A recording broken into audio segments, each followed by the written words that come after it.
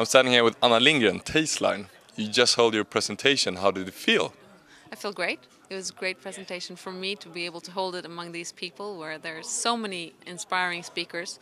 It was an honor for me to be here. Right. And when we went down here to this interview spot, you reflected upon that you meet people all the time, which you haven't met for 6 or 7 years. Why is that?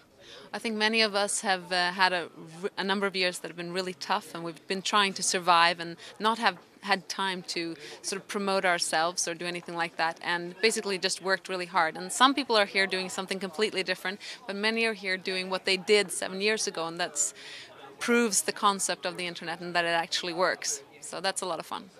If we turn back the time to when you were born, not you, but Tasteline, the visions then, what were they? It was amazing because I looked through our business plan from 2000 just the other day, and a lot of the things in there are being done right now. And so I think the visions back then were so amazing, and the numbers were completely wrong because we thought we'd be making 16 million euros the first year, but the business was the same. And we talked a lot about how consumers would integrate with each other. We talked about how content was going to be very important, and content is still really important for us.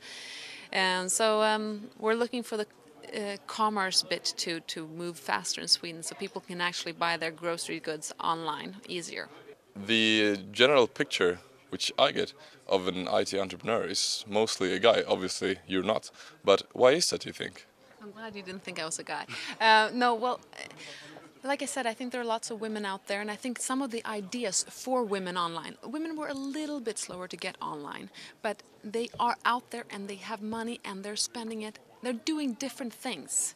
And I think the people who realize what they're doing, that's where we're going to find where women are active and what they're doing. I mean, some of the blogs, for instance, that were discussed here, there's so many women bloggers who discuss fashion and everything. I mean, we have a food blogger who's a woman, and not to get too politically incorrect and say that we only care about food and fashion, but I think there are different areas. Men like different things to women, and women like, and we need to identify where they are, and there are lots of them.